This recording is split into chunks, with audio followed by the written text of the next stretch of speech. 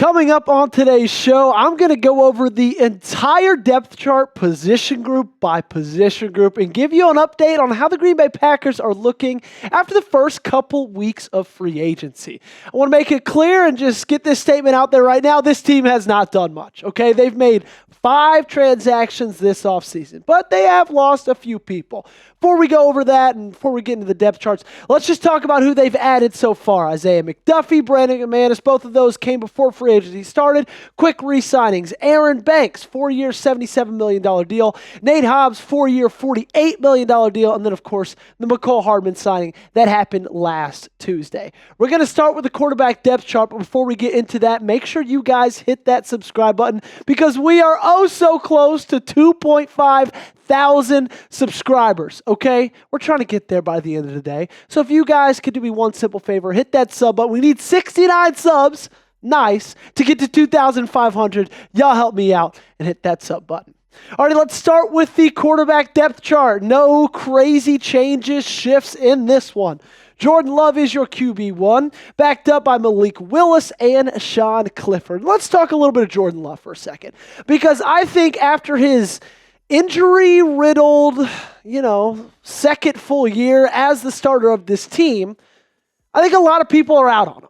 And I don't think that should be the case, okay? Because Peter Bukowski tweeted this out literally just a couple days ago. Very good timing for this video, saying, since Jordan Love became starter in Green Bay, he's 8th in expected points added per play and adjusted expected points added per play, to head of guys like Burrow, Mahomes, Hurts, Stafford, Stroud by a mile, like the chat in there.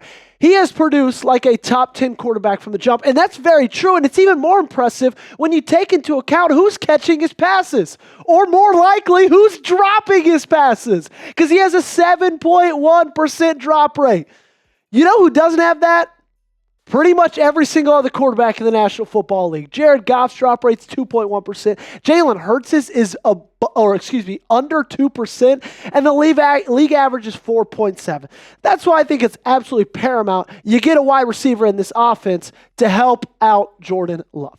How do you feel? Let me know in the comment section down below. Do you believe in Jordan Love? Are you a believer?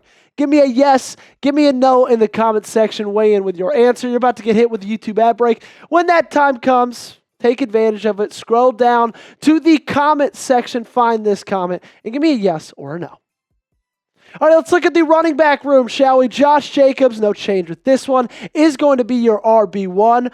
Emmanuel Wilson is your RB2, then Chris Brooks, and then, of course, you got Marshawn Lloyd. I'm really excited to see Josh Jacobs in year 2 with this team. Okay, I think the free agency signing over the summer of last year was really exciting, and I think he outperformed everybody's expectations, even if they were incredibly high.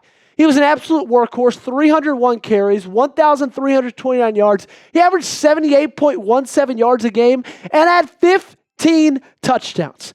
Josh Jacobs, this offense runs through you. This offense leans on you. 301 carries. I mean, that's absolutely wild. Really excited to see what he's going to do coming up in 2025. Let's talk tight ends now. Tucker Kraft, talk about a guy who flashed out on the scene. I'm really excited about what Tucker is going to bring to this offense this next year. Luke Musgrave, Ben Swims, and you got Swinson and Lumpkin backing them up. And let's keep talking about Tucker Kraft, because what I love about him is he's really stepped up as a leader on this offense, okay? This is from John Miller at the locker room cleanout day, and Tucker Kraft said that he could feel what was brewing for the Green Bay Packers, and he plans to step up as a leader. He wouldn't call the season a complete failure, but he also called it disappointing. And then he said the Packers need to wake up, okay? I think that this team needs a guy like this that's not the quarterback. It's great to have a quarterback that's a leader. Your team needs to have a quarterback that's a leader. But you also can't just rely on the quarterback to be the sole leader of this team. You got to have guys stepping up at other position groups. Tucker Kraft can and will be that in 2025. Let's talk wide receivers. It's been a very big topic of discussion in this offseason so far. It looks the same, right? You got Romeo Doubs, Christian Watson, Jaden Reed. Christian Watson, he will not play, in my opinion, until at least November because of that ACL tear. McCole Hardman gets added as the first option behind Jaden Reed in the slot. Really excited to see Dontavian Wicks, see how he steps up in 2025. But let's talk draft, shall we? Okay, because this is a position group that needs to be added in the draft. You got Tetairoa McMillan, Luther Burden. Those guys are going to go in the first round, in my opinion. Matthew Golden probably in there as well. I think Emeka Egbuka is a coin flip whether he's going to go in the first 32. And then you got a lot of really good guys you can get in rounds 2, 3, or 4, like Trey Harris, Jaden Higgins, Alec Ayomader, Savion Williams, that I still think will all be really, really good options in the NFL. I want Tet, Golden, or Burden in the first. I want them bad. Okay, if you're sitting there at 23 and any of those guys are still available, I'm drafting them without even thinking about it. Heck, Tetairoa McMillan, I've talked about it ad nauseum over the last couple of days. If he's there in the late teens, I'm trading up to go get him.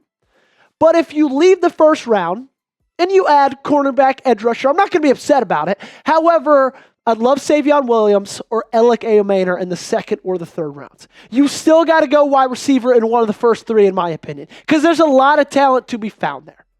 Shout them out in the comment section down below. Name a wide receiver you want the Packers to draft. Is it anybody I just mentioned? Is it anybody on that graphic? If not, let me know who it is down below.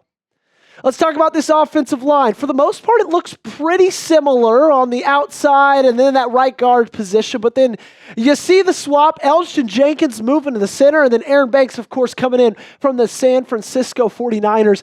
And I'm really excited about the starters that you have on this line. I think it's a really good group. However, it needs a lot of depth.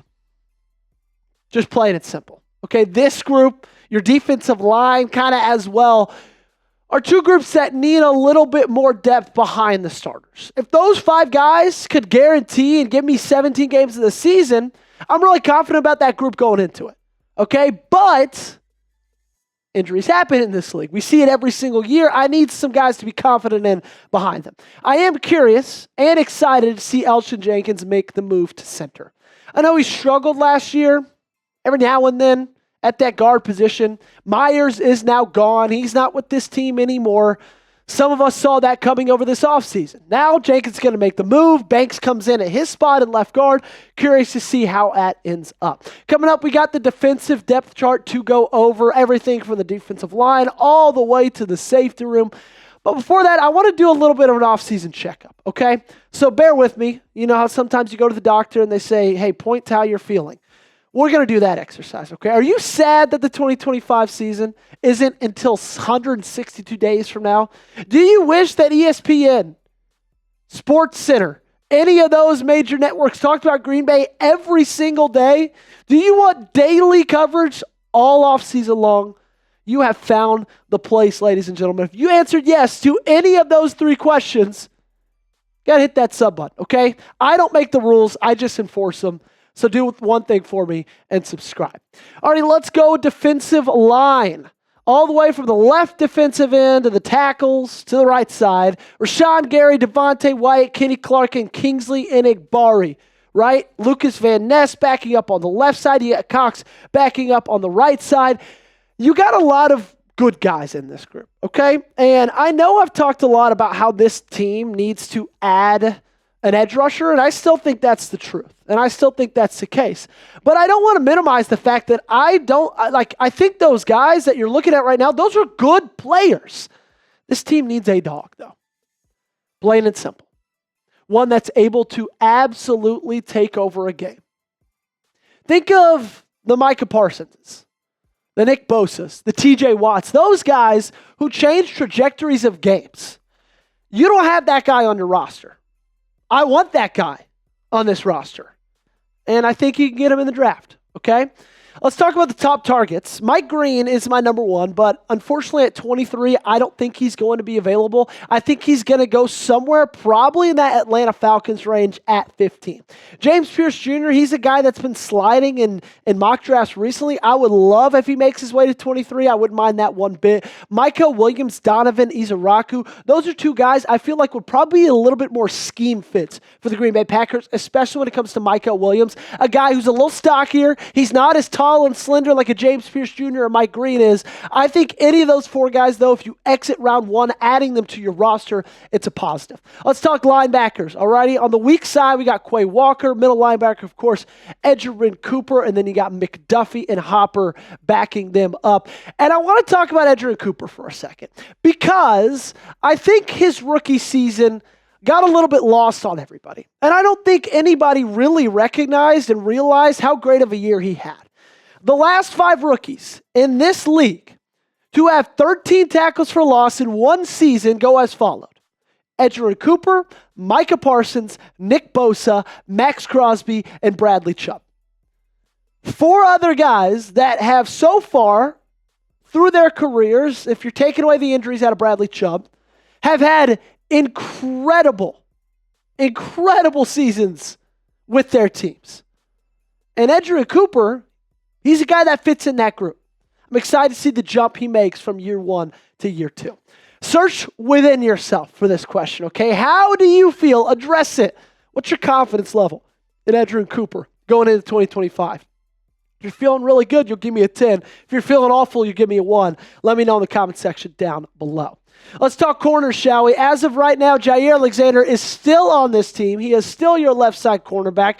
Keyshawn Nixon is your right side cornerback. And then Nate Hobbs, one of your recent additions in free agency, one of your only outside additions in free agency, is at that nickel back spot. Of course, you got Kamal Haddon. You got Valentine backing them up. There is no recent update on Jair Alexander. We haven't heard anything new, and I think the last week or so, the last thing we heard was from Rob Domofsky. He had this to say: while Alexander remains on the roster, the Packers are still trying to trade him. According to team sources and a source close to the player, they could wait indefinitely, but most likely would prefer to get something done before next month's draft. So it still seems like Jair Alexander will be off of this team come 2025. And guys, we've talked about this a lot. It's because of the injury history mixed with the cost of him. This team, if Jair Alexander had stayed healthy over the last 2 years, I guarantee he'd still have a spot on this roster. But he hasn't. And they're paying him a lot of money and could save a lot of money if he's not on this roster anymore. Jahdae Barron, cornerback out of Texas, he's one of my favorite draft targets and one of the only guys in that first round that I have confidence in year 1. Not playing the same level that Jair Alexander has because he's, 7-year pro? But I think that's in his future. And year 1, I think he could still give you a really, really good shot in that cornerback room. Let's talk safeties. Xavier McKinney at the strong safety role. Evan Williams at the free safety role. Of course, you got Bullard and Anderson backing both of those guys up. And I'm just going to be honest with you. I have a ton of confidence in this group. I have so much confidence in this group. And a lot of that has to do with Xavier McKinney. I think that his season in 2024 was the most underrated season of probably anybody in the National Football League. 88 tackles, 11 pass breakups, 8 interceptions, and a coverage grade of 90.0. The third best out of 170 other strong safeties in the National Football League. So how can you look at that group and not have a lot of confidence in them? I'm not saying, and I'm not, confident that Xavier McKinney is going to go out and have that exact same season again. But even if he dials it back 80%, I think it's still something to be really happy with. Before we get out of here, let's talk about the special teams depth chart. Daniel Whelan is your punter. Brandon McManus, of course, is your kicker. Most recently signed an extension in the last couple weeks. Matt Orzak is your long snapper, and McCall Hardman will be your kick returner and punt returner. That was definitely 100% most likely a special teams move. So let me know, what's the best position group on this team right now? We just went over every single one of them. You let me know your thoughts in the comment section down below. As always, while you're down there, make sure to hit that subscribe button. Join us for free for the best coverage you'll find anywhere else.